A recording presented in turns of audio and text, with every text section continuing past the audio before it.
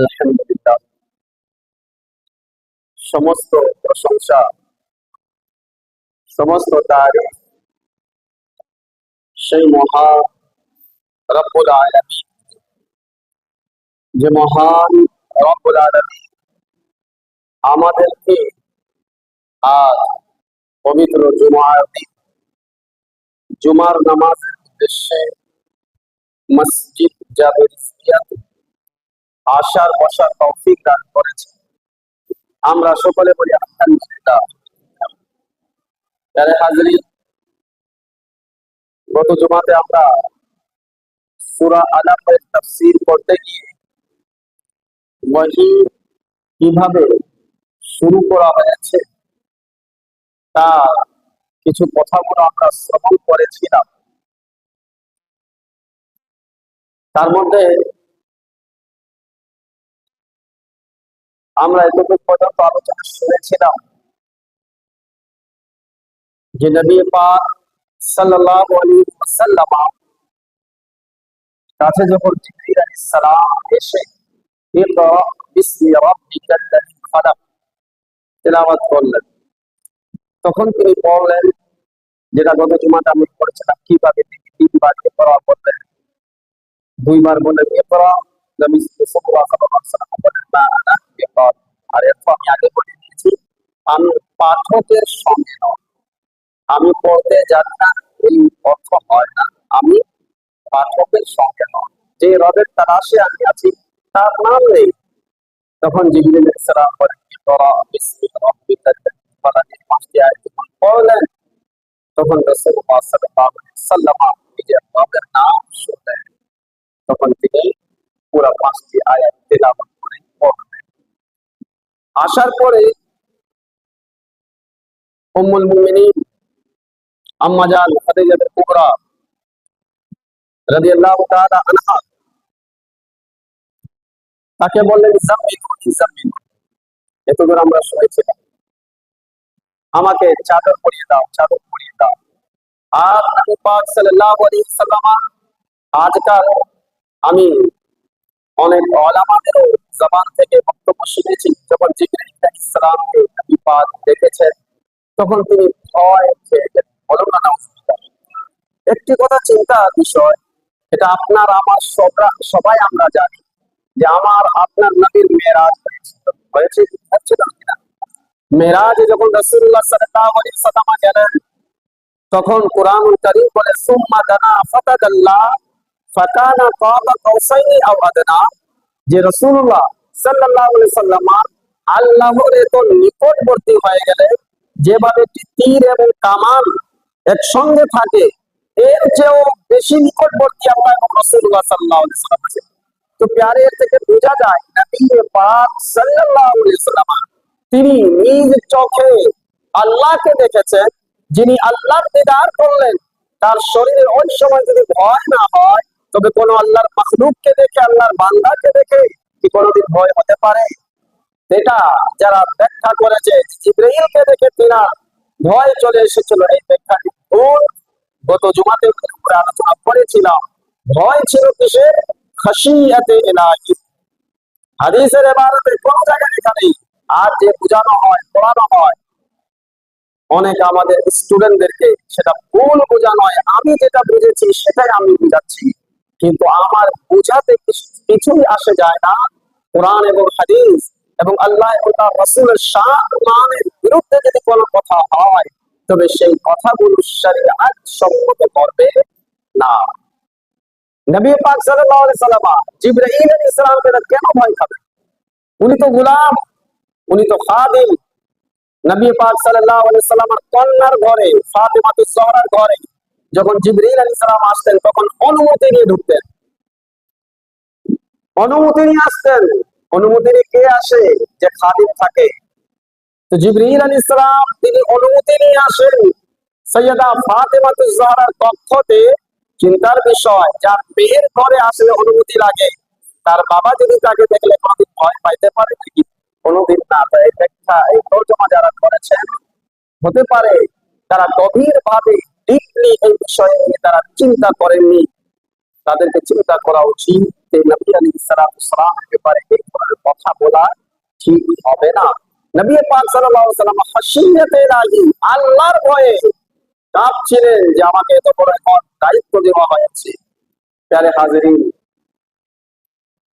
আম্মা জান খাদিজা কুবরা যখন বললেন আমাকে আমার জানের ভয় লাগছে, আম্মা জান খাদিজা কুবরা বলেছিলাম কয়েকটি দিন কথা বললেন, যে কথার উপরে এই শুক্রবার আমি করছিলাম আলোচনা করব। তিনি বললেন যে হে আমার স্বামী, যেহেতু ওই সময় তিনি নবুয়ত এখনো প্রকাশ করেননি, তিনি বললেন হে আমার স্বামী, আপনি চিন্তা করিয়েন না, আপনার রব আপনার সঙ্গে খারাপ করবে না। সুবহানাল্লাহ। প্যারে হাজরিন, আপনার রব, এই কথা আম্মা জান খাদিজা কুবরা বললেন। বোঝা যায় নবী পাক সাল্লাল্লাহু আলাইহি সাল্লাম এখন নবুয়ত প্রকাশ করেননি, লোকজনকে আল্লাহ রাব্বুল আলামিনের ব্যাপারে বলেননি, কিন্তু এর আগেও আম্মা জান খাদিজা কুবরা আল্লাহর ব্যাপারে জানতেন। তো রাসূলুল্লাহ সাল্লাল্লাহু আলাইহি সাল্লাম শুধু নয়, আল্লাহকে বিশ্বাস করতেন। নবুয়ত প্রকাশের আগে তার স্ত্রী যিনি ছিলেন খাদিজা কুবরা রাদিয়াল্লাহু তাআলা আনহা, তিনিও আল্লাহকে মানতেন। আর তিনিও জানতেন যে রাসূলুল্লাহ সাল্লাল্লাহু আলাইহি সাল্লাম দুনিয়ার কোন মাবুদকে মানেন না, যে মানুষ বানিয়েছে মূর্তিগুলোকে বানিয়েছে, কোন মাবুদকে মানেন না, কোনদিন তাদের কাছে যাননি। তিনি যাকে মানেন তিনি হচ্ছেন একমাত্র আল্লাহ রাব্বুল আলামিন। আম্মা জান খাদিজা কুবরা তিনি আগে থেকে মুআহহিদ ছিলেন, আল্লাহ বিশ্বাসী ছিলেন, আল্লাহর একত্ববাদের পক্ষ ছিলেন, আকীদাই ছিলেন।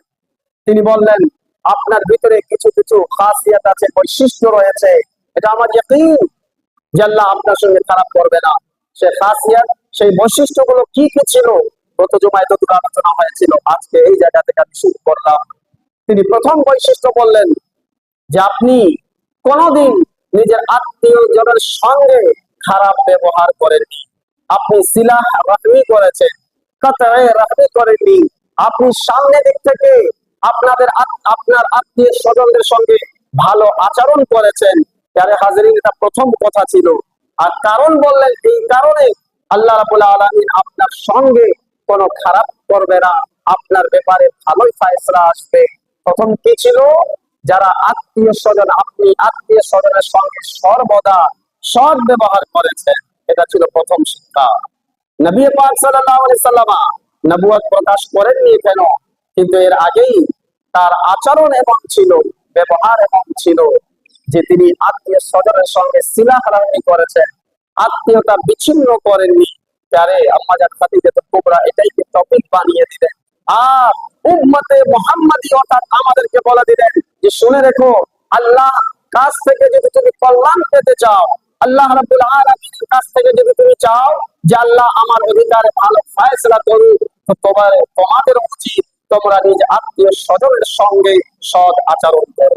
কিন্তু আজ আমরা যদি নিজের ভিতরে দেখি, তো আজ আমাদের আত্মীয়জনের সঙ্গে আমাদের কেমন আচরণ হয়, আজ আমার চাচার সঙ্গে আমার কেমন ব্যবহার, আজ আমার মামার সঙ্গে আমার কেমন ব্যবহার, বাবা চাচা মামা তো দূর, আজ নিজ মা বাবার সঙ্গে যদি আমি আমার ব্যবহার দেখি, আজ যদি আমার আপন ভাইয়ের সঙ্গে আমার ব্যবহার দেখি, তবে বুঝে আসবে যে আমরা আত্মীয়তাকে বিচ্ছিন্ন করছি নাকি আত্মীয়তাকে আমরা আপন করে নিচ্ছি। নবী পাক সাল্লাল্লাহু আলাইহি ওয়াসাল্লাম বলেন, যে ব্যক্তি কাতঈ রাহমি করবে অর্থাৎ আত্মীয়তাকে বিচ্ছিন্ন করবে, আত্মীয়তা ভেঙে দিবে, এমন ব্যক্তি কোনোদিন জান্নাতে যাবে না, সে কোনোদিন জান্নাতে যাবে না। প্যারে হাজিরিন, আজ আমরা যে সন্তানদেরকে শিক্ষা দিচ্ছি এটাই, তোমার চাচা আমার বিরুদ্ধে বলেছে ওদের বাসা যাবে না, তোমার ফুফা এমন এমন কথা বলেছে, আমাকে আমাকে কথা দিয়েছে, একদম খবরদার তার সঙ্গে কথা বলবা না, হয় কিনা এরকম? আজ আমরা আত্মীয়তা কই বজায় রাখছি? কিন্তু আত্মীয়তা যদি বজায় রাখি, একে অপরের সঙ্গে মিলেমিশে থাকি, প্যারে হাজিরিন, তবেই তো আমাদের এহকাল এবং পরকালে কামিয়াবি। আজ আত্মীয়তা যদিও নেই, আমাদের প্রতিবেশীরা রয়েছে, যদি কেউ যদি উন্নতির দিকে চলে যাচ্ছে, তবে আজ আমাদের অবস্থা কি হয়ে যাবে? অপরজন মেহনত করেছে, সে উন্নতির দিকে চলে যাচ্ছে, আর আমি বাসায় বসে বসে থাকতে আমার উন্নতি হচ্ছে না, আমার অবস্থা খারাপ, পুরো হাত পা বসে বসে অবস্থা খারাপ। হ্যাঁ, সে তো উন্নতি কেন করছে? এই হাসাদ, এই হিংসা, মনে রাখবে, হিংসাটাই হচ্ছে আত্মীয়তাকে নষ্ট করার একটি প্রধান কারণ। সে তো উপরে চলে গিয়েছে, তার ছেলে তো কামিয়াব হয়ে গিয়েছে, আমার কিছু নেই, তো কি করবে? তার বিরুদ্ধে কথাগুলো বলতে লাগবে। আজকালের জামানার মধ্যে এরকম হয়, কোন ব্যক্তি যদি শহরের মধ্যে বেশি প্রসিদ্ধ হয়ে যায়, এখন কি করতে হবে? তার ব্যাপারে খারাপ খারাপ কথা বলা শুরু করে দিতে হবে। এটা হচ্ছে হিংসা, এটা হচ্ছে হাসাদ। তুমি তাকে ভালো বলছো, সে তো এমন, সে তো তেমন, নানা ধরনের কথা আজ আমাদের ভিতরে। কিন্তু প্যারে হাজারি, এই সূরা আলাপ যখন আমি তাফসীর শুরু করেছিলাম, আমি ভেবেছিলাম পুরো বিস্তারিত আপনাদের শোনাবো এবং প্রত্যেকটি শিক্ষা যেন আমরা শিক্ষিত হয়।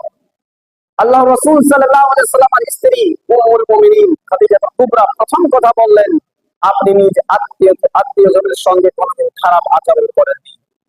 আর কারণ এটাই, আল্লাহ রাব্বুল আলামিন আপনার অধিকারে কোনোদিন খারাপ করবেন না, প্রথম কথা এটা বলবেন। তো আমাদের উচিত কি? নিজ আত্মীয় স্বজনের সঙ্গে সবসময় সম্পর্কে থাকবো কি থাকবো না? জোরে বলুন না, থাকবে। अब बोलेंगे मौलाना साहब आप तो सामान को लेके चले मोटा सब आ गए घर में खाने के, तब क्या करें? দ্বিতীয় যে কথা ছিল, আম্মাজান খাদিজাতুল কুবরা যে বললেন, আপনার বাসায় যখন কোনো মেহমান আসে আপনি তাদেরকে মেহমানদারি করাতেন। সুবহানাল্লাহ, মেহমান আসলে মেহমানদারি করাতেন, এই আপনার খাসিয়ত, এটা আপনার বৈশিষ্ট্য ছিল। প্যারে হাজিরিন, আর এর উপরে গত 2 বা 3 জুমা আগে আমি একটি রিওয়ায়াত করেছিলাম আপনাদের মাঝে যে মাওলা আলী মুশকিল কুশা শেরে খোদা কাররামাল্লাহু ওয়াজহুল কারীম, তিনি হঠাৎ মসজিদে কাঁদছিলেন। কারণ জিজ্ঞাসা করা হলো, হে আলী, তুমি কেন কাঁদছো? তিনি বললেন, 1 সপ্তাহ অতিবাহিত হয়ে গিয়েছে, আমার বাসায় কোনো মেহমান আসছে না। আমি মনে ভাবছি যে মেহমান আসছে না, কারণ আমার রব আমার থেকে নারাজ হয়ে গিয়েছে নাকি? কেননা রব যার থেকে নারাজ হবে, আল্লাহ যার থেকে নারাজ হবে, তার বাসায় মেহমান আসবে না। প্যারে হাজিরি, তো মেহমানদারি করা কত বড় নিয়ামত। হযরত ইব্রাহিম আলাইহিস সালামের ওই ঘটনাটি আপনারা স্মরণ করুন।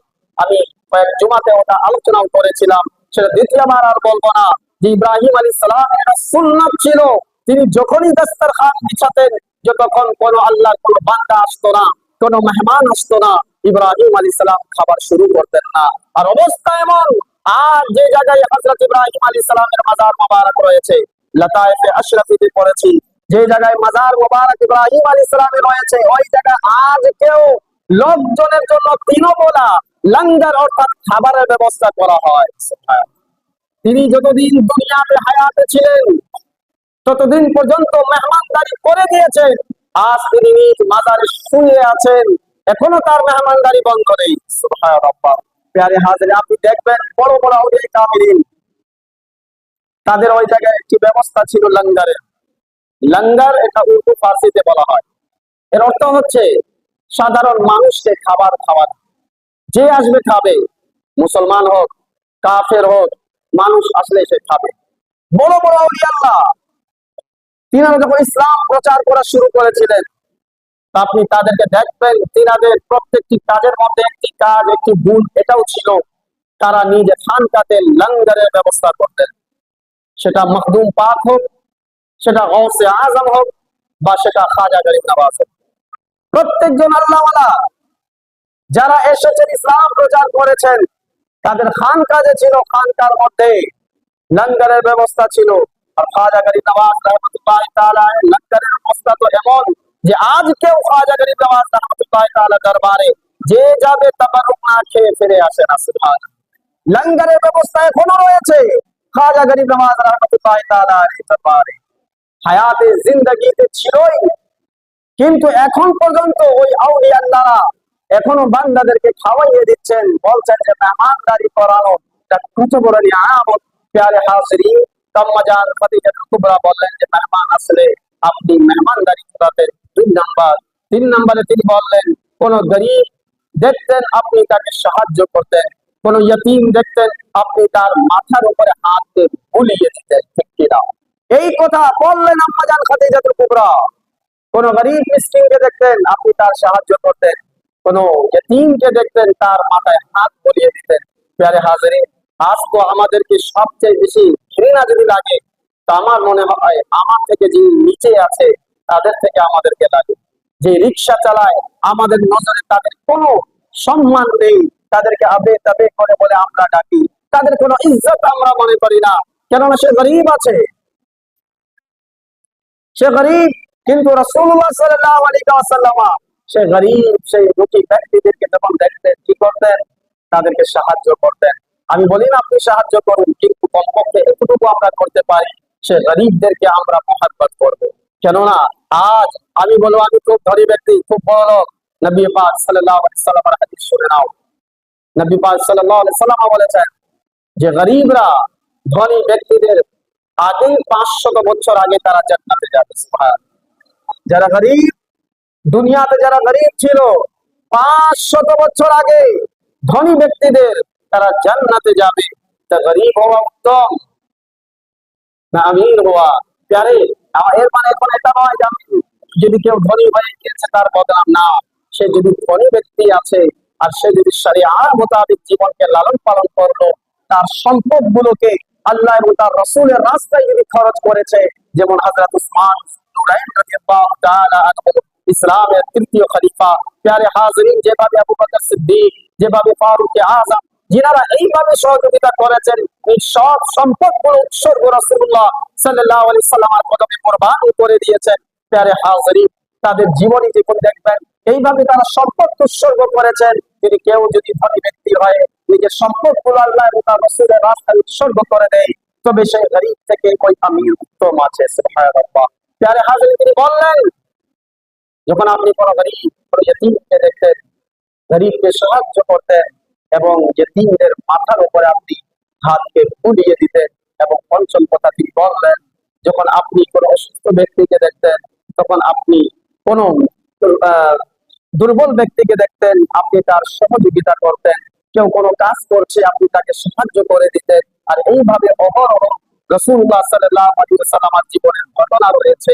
প্যারে হাজিরিন, আজ যদি কোনো দুর্বল ব্যক্তিকে যদি আমরা দেখতে পারি, তার সহযোগিতা করতে আমরা এগিয়ে যাই না।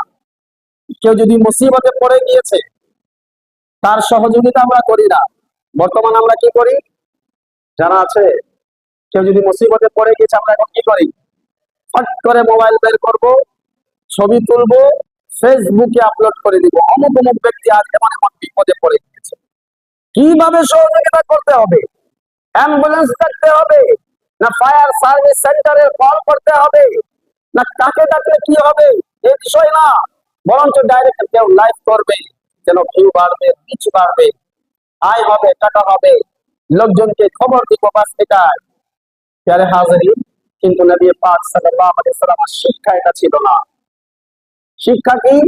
যদি দুর্বল দেখো তবে তাকে সাহায্য করো। এখন আমি বলবো বাবা গরিব ব্যক্তি, আমি তার সাহায্য করব, আমার মান সম্মান কি হয়ে যাবে? প্যারে দুনিয়ার কেউ কত বড় আলেম হয়ে যাক না কেন, কত বড় মন্ত্রী হয়ে যাক না কেন, কোন আউলিয়া আল্লাহ কদমের গোলার বরাবর হতে পারবে না। আর যে জামানার যতই বড় বড় হয়ে যাক না কেন, কোনদিন সেই বান্দা সাহাবীর মাকাম পর্যন্ত আসতে পারে না। আর সাহাবায়ে কেরামের সর্বশেষ যে মাকাম হযরত আবু বকর সিদ্দিক রাদিয়াল্লাহু তাআলা আনহু আছেন, উনি যতই উঁচুতে থাকুন না কেন, কিন্তু রাসূলুল্লাহ সাল্লাল্লাহু আলাইহি ওয়াসাল্লামের মাকাম পর্যন্ত আসতে পারবেন না। তো রাসূলুল্লাহ সাল্লাল্লাহু আলাইহি ওয়াসাল্লামের মাকাম পর্যন্ত আসতে সাধারণ বান্দা আসতে পারে, তার মাকাম কেবল আছে, আর তার মাকাম পর্যন্ত কে আসতে পারে? কেউ আসতে পারবে না। কিন্তু এমন মাকাম মার্তাবাওয়ালা ব্যক্তি, একটি কথা মনে রাখবেন, কেউ যদি নিজেকে খুব বড় মনে করে নেয় এবং আঁকড়ে যায়, তো মনে করে নিবেন তার ভিতরে আসলে কিছুই নেই। আজকাল কিছু জ্ঞান চলে আসে, আমাদের ভিতরে খুব জামান তাকাব্বুর হিংসা চলে আসে। জ্ঞানের সঙ্গে হিংসা আসা এটা স্বাভাবিক ব্যাপার, এটা স্বাভাবিক ব্যাপার। क्या हम इतना जानते फलाना नहीं जानता, ठिकाना नहीं जानता, এটা স্বাভাবিক ব্যাপার। কিন্তু এই জ্ঞানের সঙ্গে যে ক্রোধ, যে হিংসা, এই জিনিসকে যে ব্যক্তি দূর করতে পারবে তারাই হয়ে যাবে কামিয়াব। আর যে ব্যক্তি দূর করতে পারলো না, তারা কোনোদিন কামিয়াব হতে পারবে না। জ্ঞান অর্জনের সঙ্গে সঙ্গে নেককার বান্দাদের সহবত আবশ্যক আছে, জরুরি আছে। কেউ যদি বলে শুধু কোরআন এবং হাদিস পড়ে দিলাম জ্ঞান অর্জন করে কামিয়াব না, জ্ঞান অর্জনের সঙ্গে সঙ্গে নেককার বান্দাদের সহবত জরুরি আছে। নেককার বান্দাদের সহবত পাবো কোথায়? খানকাতে আসতে হবে। প্যারে হাজরিন, বলবেন মাওলানা আপনি আপনার কথা বলছেন, আমি বলবো আমার কথা নয়। স্বয়ং মহান রব্বুল আলামিন বলে দিলেন, ইয়া আইয়ুহাল্লাযীনা আমানুত্তাকুল্লাহ ওয়া কুনু মা'আস সাদিকিন, হে ঈমানদাররা তাকওয়া অবলম্বন করে নাও। ঈমান এবং তাকওয়া থাকলে কুরআনুল কারীমের ওই আয়াত আমি আপনাকে পড়ে শোনাই, আলা ইন্না আউলিয়া, তারপরের আয়াত আল্লাযীনা আমানু ওয়া কানু ইয়াত্তাকুন, তারা ওই আল্লাহওয়ালা, তারাই ওলি হবে যাদের ভিতরে ঈমান আছে এবং তারা পরহেজগারি করেছে, তাকওয়া অবলম্বন করেছে। এই হচ্ছে আউলিয়ার নিদর্শন। তো ঈমান এবং তাকওয়া যার ভিতরে থাকবে তারা ওলি কামিল হয়ে যাবে এবং মাকামে পৌঁছানোর পরেও আল্লাহ রাব্বুল আলামিন বলেন ওয়া কুনু মা'আস সাদিকিন, এত বড় শেষ করিও না, আমার কোন সত্যবাদী বান্দাকে খুঁজো এবং তার সঙ্গে হয়ে যাও। সুবহানাল্লাহ। কেননা এলেম জ্ঞান যখন আসবে তো অহংকার আপনা আপনি চলে আসবে।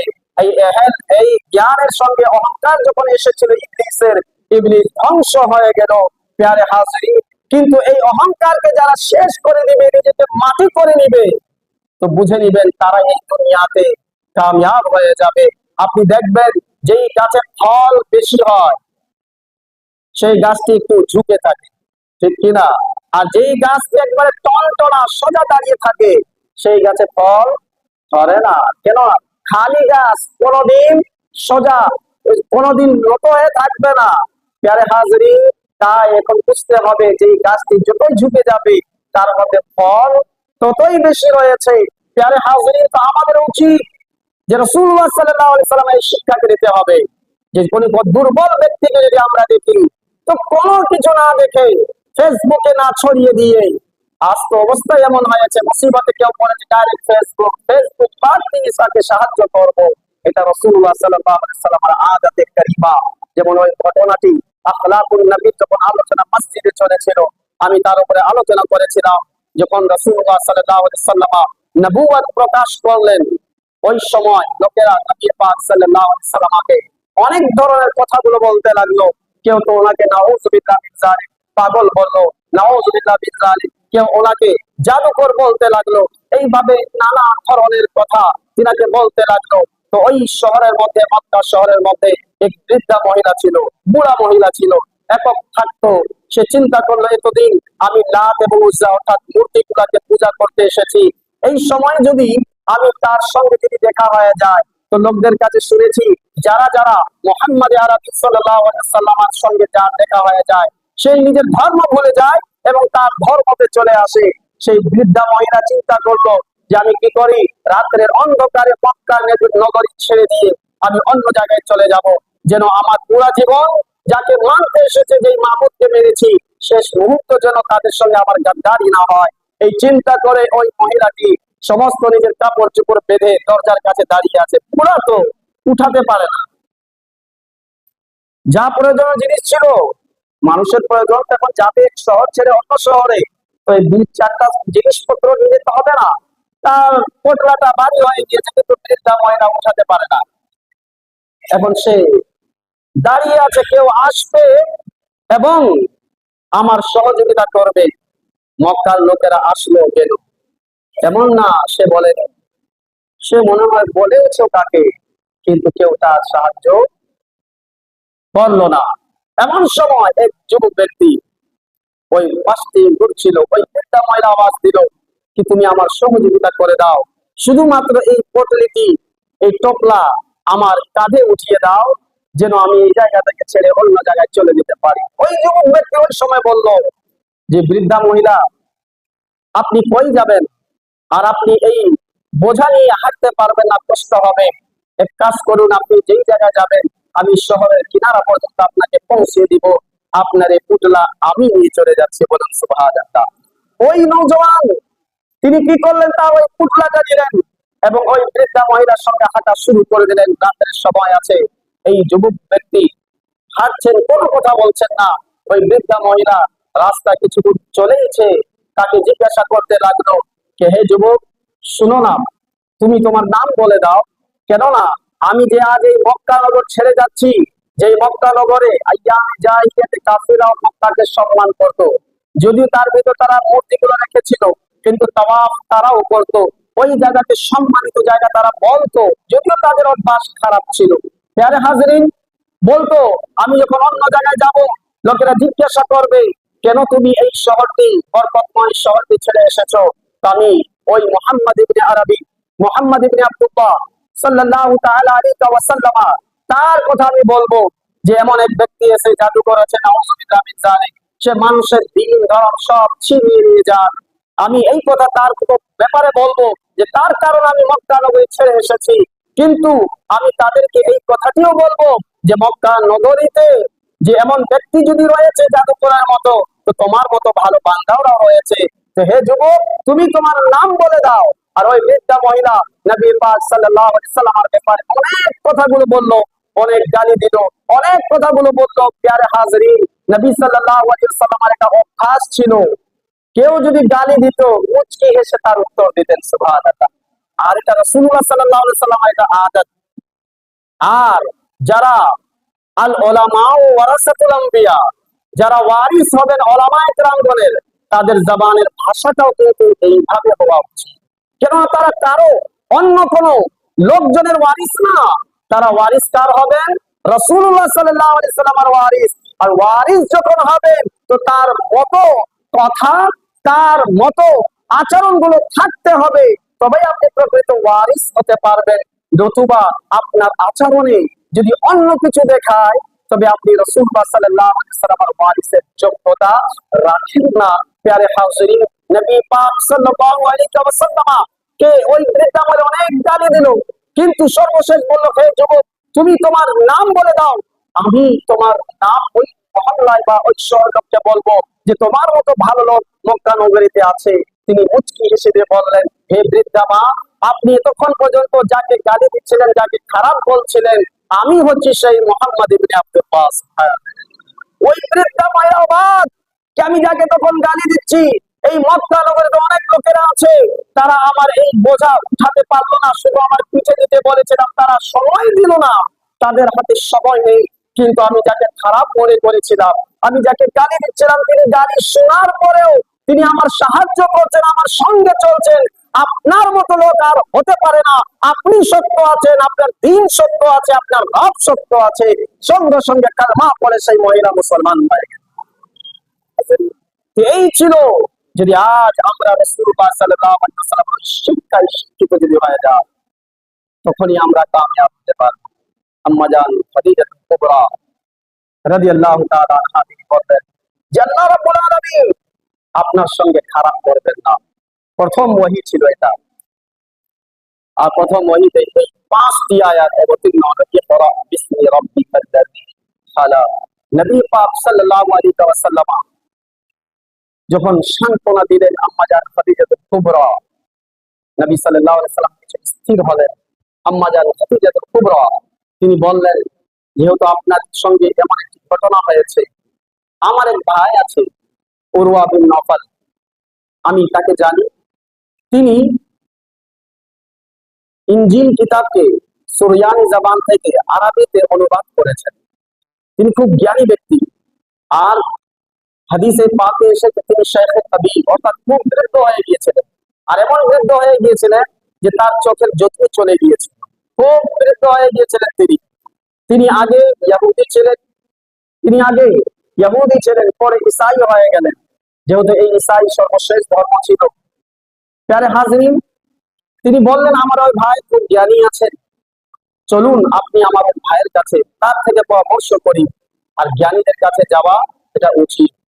প্যারে হাজরিন, ওই ব্যক্তিরা তো জ্ঞানী আছে, যারা কিছু জানে না তাদেরকে জানার উচিত, যারা জানে। আম্মা জান খাদিজা কুবরা চাচাতো ভাই উরওয়া বিন নফলের কাছে গেলেন। যাওয়ার পরে বললেন, হে আমার ভাই, হে ইবনে আখি, আমার স্বামী এমন এমন তার সঙ্গে হয়েছে, একজন ফেরেশতাকে দেখেছে, এবং এমন এমন ব্যাপার যা ঘটনাগুলো হলো সব কিছু তিনি বললেন। উরওয়া বিন নফল চোখ থেকে দেখতে পারতেন না, চোখের দৃষ্টি চলে গিয়েছিল বয়সের কারণে। তিনি বললেন, এটা সুসংবাদ, বলুন না সুবহানাল্লাহ। তাহলে এটা দুঃখের কোনো বিষয় নেই, এটা আতঙ্ক হওয়ার কোনো বিষয় নয়, এটা তো সুসংবাদ আছে। আর যাকে ইনি দেখেছিলেন এটা আর অন্য কেউ নেই, এটা তো হচ্ছে ওই ফেরেশতা, যে ফেরেশতা আল্লাহ রাব্বুল আলামিন হযরত মূসা কালিমুল্লাহর কাছে পাঠিয়েছিলেন।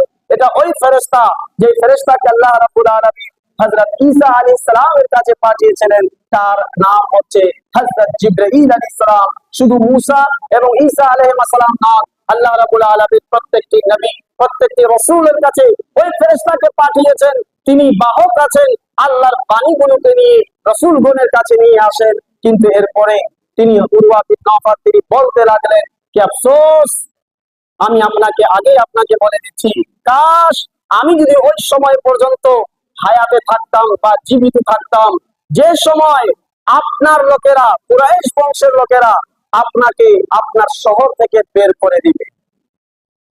আচ্ছা, বের করছে বা করলো না করে দিবে? বলুন তো, কি বললো? বের করে দিবে। সে বললো আমি ওই সময় পর্যন্ত যদি জীবিত থাকতাম, যে সময় আপনার লোকেরা আপনাকে বের করে দিবে, তো অবশ্যই আমি আপনার টাকা দিয়ে, সম্পদ দিয়ে, জান দিয়ে আমি আপনার সহযোগিতা করতাম। উরওয়া বিন নফর সে কোনো নবী ছিল না, ইনজিল কিতাবের একজন আলিম ছিল, জ্ঞানী ব্যক্তি ছিল। ইনজিল কিতাব সুরিয়ানি জবান থেকে সে আরবিতে ট্রান্সলেট করত, তরজমা করত। তার ভিতরে এমন জ্ঞান যে আগামীতে কি হবে, আগামীতে যা হবে তাকে বলা হয় গায়েবের খবর। কি বলা হয়? গায়েবের খবর। উরওয়া বিন নওফলের মতো লোক, যিনি ইনজিল কিতাবের ব্যাপারে কিছু জানেন, তিনি যখন আগামী দিনের খবর দিতে পারেন, তো যার উপরে আল্লাহ রাব্বুল আলামিন পুরো কোরআন নাযিল করে দিয়েছেন, সেই রাসূলুল্লাহ সাল্লাল্লাহু আলাইহি ওয়াসাল্লাম কি গায়েবের খবর দিতে পারেন না? অবশ্যই তিনি গায়েবের খবর দিতে পারেন। আর নবী, নবীর অর্থই হচ্ছে অদৃশ্য সংবাদদাতা। বলেন সুবহানাল্লাহ। নবীর অর্থই হচ্ছে অদৃশ্য সংবাদদাতা, গায়েব জাননে वाला। প্যারে হাজরিন, উরওয়া বিন নওফল যখন এই কথা বললেন, রাসূলুল্লাহ সাল্লাল্লাহু আলাইহি ওয়াসাল্লাম বললেন, আচ্ছা আমার লোক কি আমাকে বের করে দিবে? তিনি বললেন, হ্যাঁ, যার যার সঙ্গে এমন ব্যাপার হয়েছে, তাদের কওমের লোকেরা তাদের সঙ্গে এমন আচরণ করেছে, কাশ আমি ওই সময় যদি জীবিত থাকতাম, আমার জান দিয়ে, আমার মাল দিয়ে